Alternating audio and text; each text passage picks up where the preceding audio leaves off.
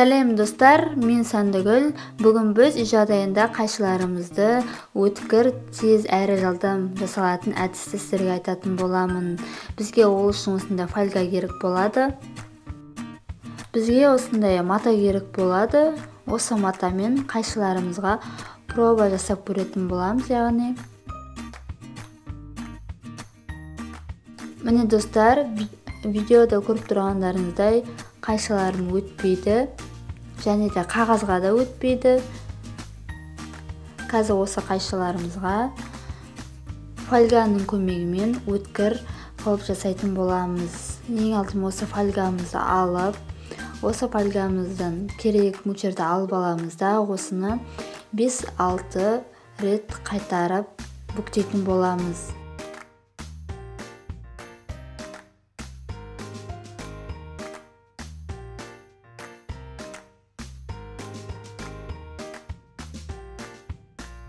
Одан кейін осы қайшыларымызды алып, бірнеше рет осылай, яғни қайшымен қиып шығатын боламыз. Яғни қайшымызды мұнда біз қайрап жатырмыз.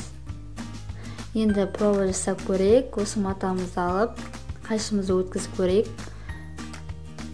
Міне достар, менде өтіп тұр. Осыны бірнеше рет жасасаңыздар, қайшымыз одан да тез өткір болады. Достар, менің каналыма тіркелуді ұмытпаңыздар. Сұрақтарыңыз болса комментарияға жазыңыздар, міндетті түрде жауап беретін боламын. Рахмет.